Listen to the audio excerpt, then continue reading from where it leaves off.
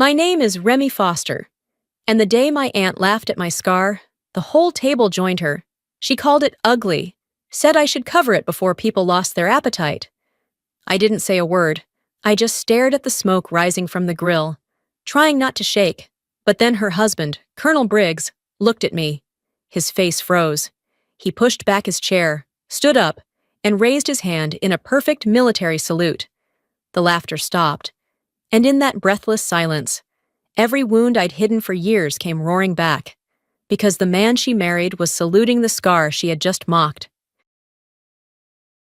I went back to Oregon for my grandfather's birthday, telling myself it was just a dinner, nothing more. I'd missed enough family gatherings over the years, and I wanted peace, not another round of explanations about my life. The yard was packed with cousins and chatter, the smell of grilled meat and laughter thick in the air. I kept my sleeves rolled up that afternoon. Maybe I wanted to see if time had softened them. It hadn't. Aunt Marlene spotted me first, her lipstick the color of polished wine, and her tone sweet as venom. She leaned toward the table, smiling at the others. "People are trying to eat," she said, nodding toward my arm. "Maybe cover that thing up before dessert." The word thing hit harder than I expected. Laughter rippled down the table, polite, nervous, but still laughter. I felt my face burn. For a second, I almost apologized for existing. Then the chair beside her scraped back. Colonel Briggs, her husband, rose slowly. The light shifted when he stepped forward, his eyes fixed on my arm. "That scar. Kandahar, right? You saved Sergeant Reeve." His voice wasn't loud, but it sliced through the noise. He straightened his spine and saluted me across the table.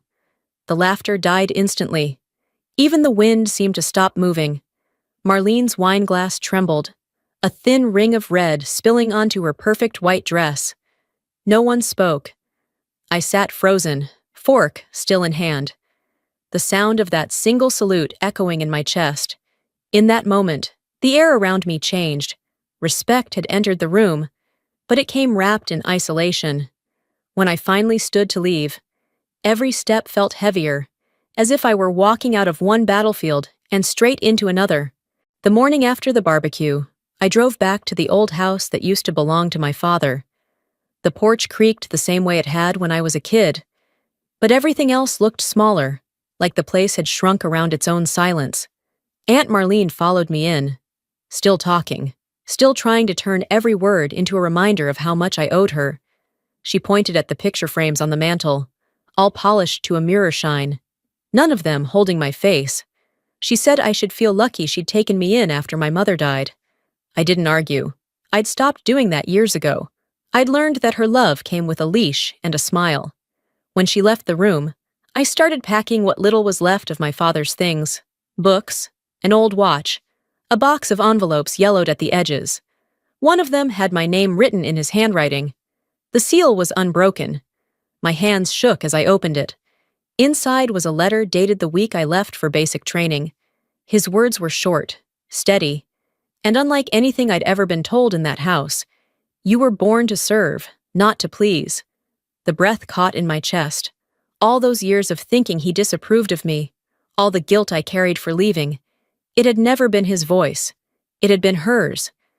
Marlene must have hidden the letter, thinking she was saving me from disappointment. Instead, she had stolen the only truth that could have set me free. Standing there in that spotless, suffocating room, I realized her love had never been about care. It had been about control. And for the first time, I wondered what else she'd kept from me.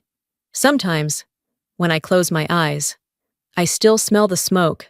Kandahar never leaves you. It waits behind every quiet moment, ready to return.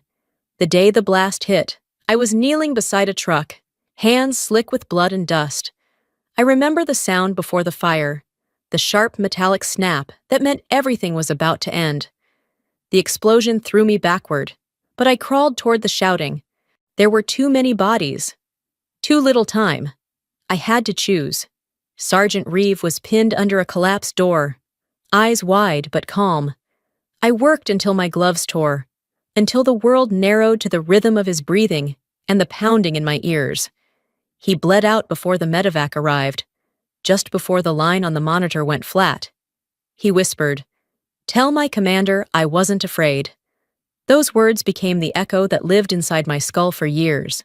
Back home, I wore long sleeves no matter the season. People said I was modest. The truth was, I couldn't bear to see the proof of that day burned into my skin. Every interview request, every award nomination, I turned them down. I didn't deserve praise for surviving when he hadn't. It wasn't until years later, at that barbecue, that I learned who his commander had been. Colonel Henry Briggs, the same man who stood and saluted me while everyone else laughed.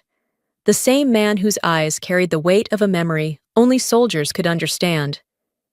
That night, I went to the mirror and rolled up my sleeve. The scar caught the light, raw and uneven. For the first time, I didn't see a flaw. I saw a record of every heartbeat that kept going when it shouldn't have. The mark of a man's final words and a medic's promise to never forget. The gossip started before I even got back to my car that day. By the next morning, I'd already been turned into the headline of every family phone call, Remy and her desperate need for attention. Aunt Marlene was relentless. She called me that afternoon, her voice sharp and cold beneath its practiced charm. "You embarrassed me. Remy, my husband made a spectacle out of you." I almost laughed at the irony, but instead I hung up and sat staring at the scar on my arm. For years, it had been a secret between me and the silence. Now, it had become dinner table entertainment. 2 days later, my phone buzzed again. This time, it wasn't Marlene. Colonel Briggs asked if we could meet for coffee near the base. I hesitated, part of me afraid of what he might say, part of me oddly drawn to the steady calm in his voice. When I walked into the cafe, he was already there, uniform pressed, hands folded neatly over a small velvet box. He pushed it toward me, and inside lay a metal pin glinting under the dim light.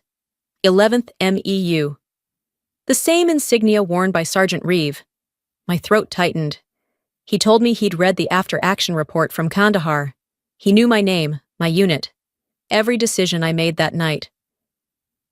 Then his voice grew softer, almost like confession. Reeve was my son, he said, fostered when he was 12. I never told Marlene. Some memories aren't built for dinner conversations. The coffee between us went cold, black, and bitter. When I couldn't find words, he added, "You gave my son peace. You earned that scar more than any medal." The sentence hung between us, quiet and heavy. Earned.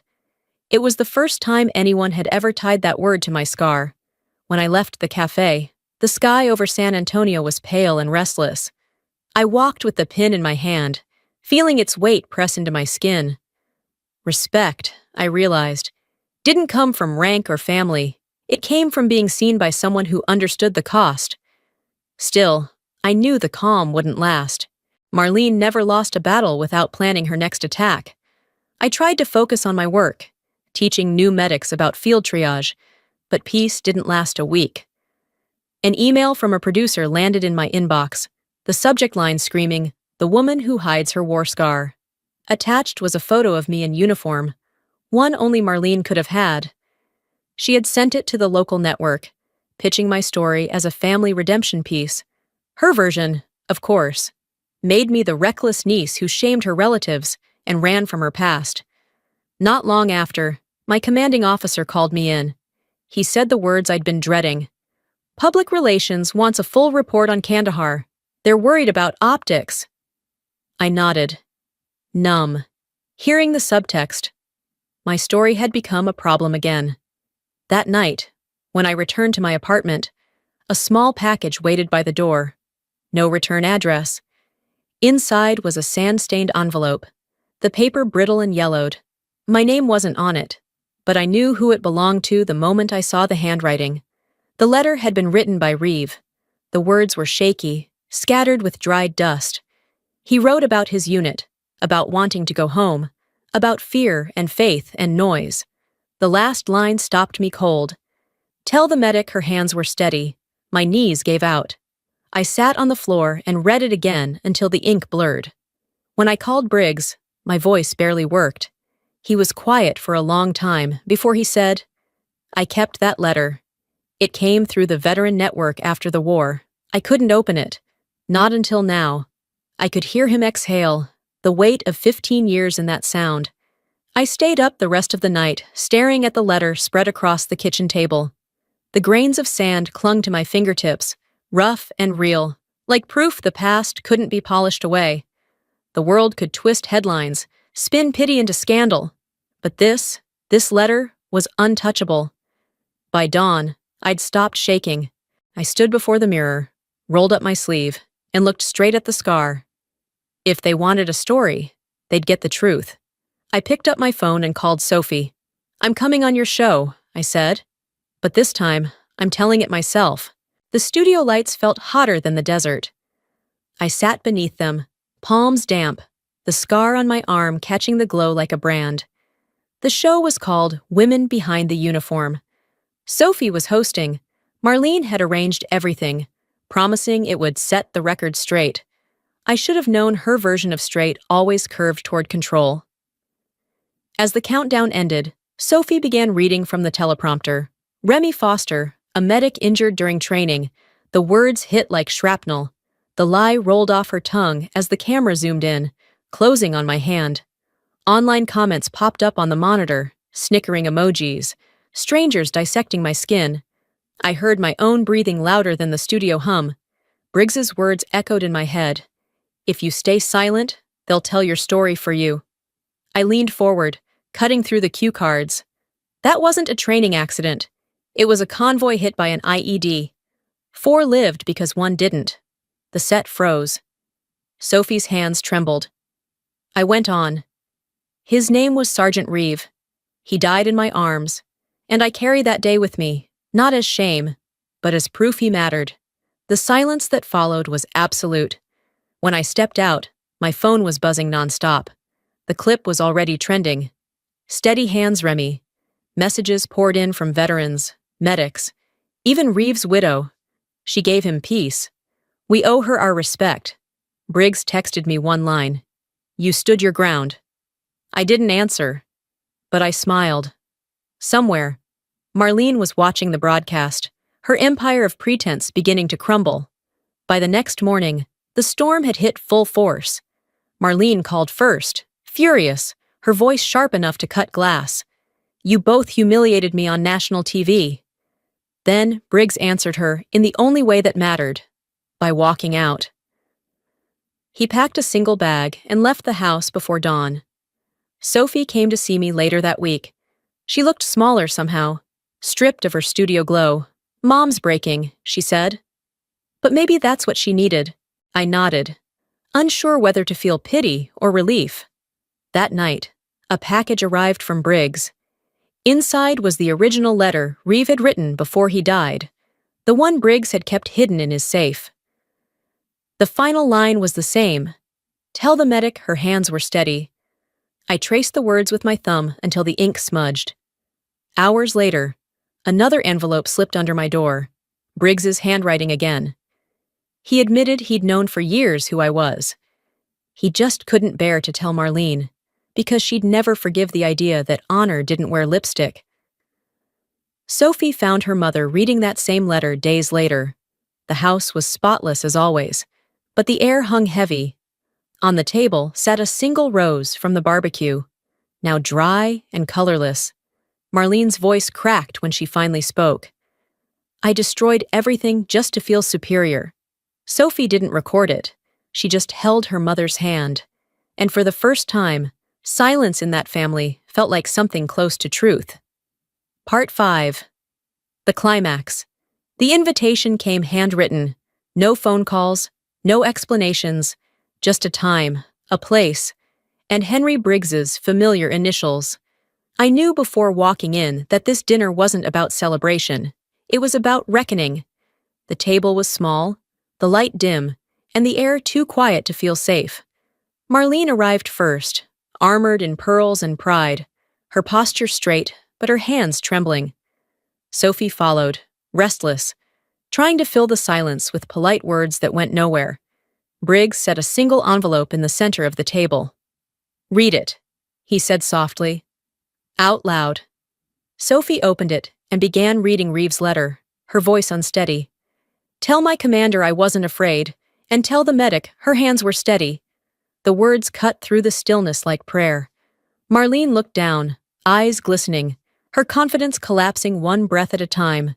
Briggs confessed he had known all along, that he'd read the report, recognized the name, and stayed silent to protect his wife from the truth she couldn't live with.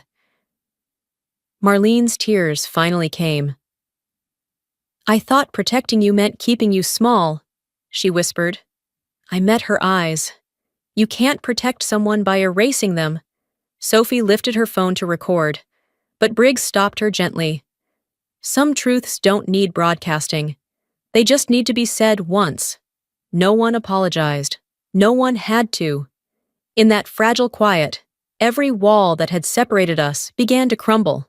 And for the first time, no one looked away from me. The hall in Salem shimmered under warm lights, flags lining the stage like sentinels. Cameras crowded the aisles, reporters whispering about the woman with the scar. I could hear the buzz of their anticipation. They wanted a tearful confession, something made for prime time. But this wasn't a performance. This was the only story I had left to tell on my own terms. I spotted Marlene sitting in the back row, her posture rigid, eyes lowered. Colonel Briggs sat near the front, his uniform crisp, his hands trembling slightly on his cane. The moment my name was called, the microphone cracked, then died. The silence that followed could have swallowed me whole. I set my notes aside and spoke without them. Scars aren't flaws, I said. They're records of courage. Applause rose before I could continue, rolling through the hall like a wave.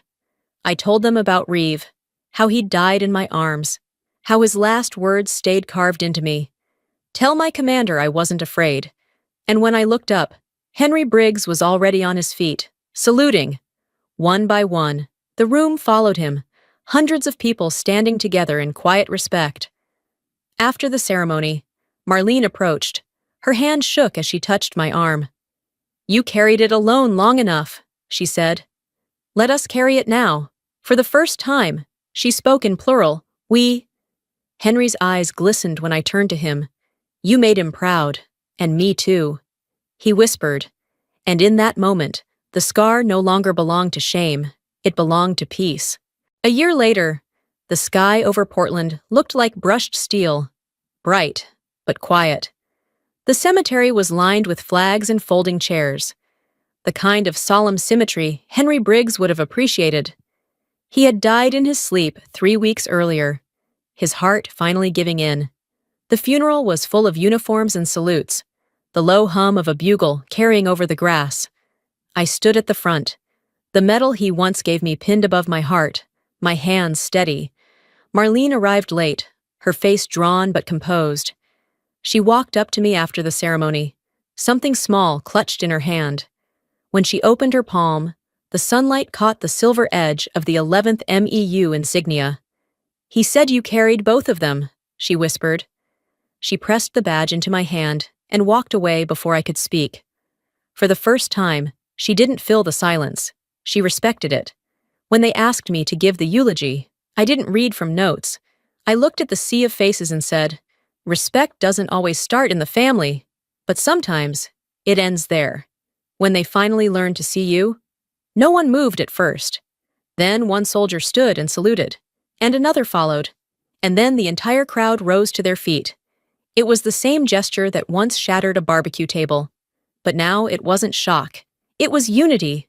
After the service, Sophie walked beside me, camera hanging at her side. She'd become an independent journalist, quieter, sharper. Later that night, she sent me a short clip, me walking away from the grave, wind tugging at my sleeve, the caption reading, "The scar that changed how we see courage." Back home, I opened the window. The evening light poured in, soft and gold. For the first time in years, I didn't cover my arm. I let the sun touch the scar, felt its warmth instead of its sting. For years, I hid it so no one would ask. Now, I let the light find it because it's not a wound anymore. It's where the light enters me. It was never about revenge. It was about clarity.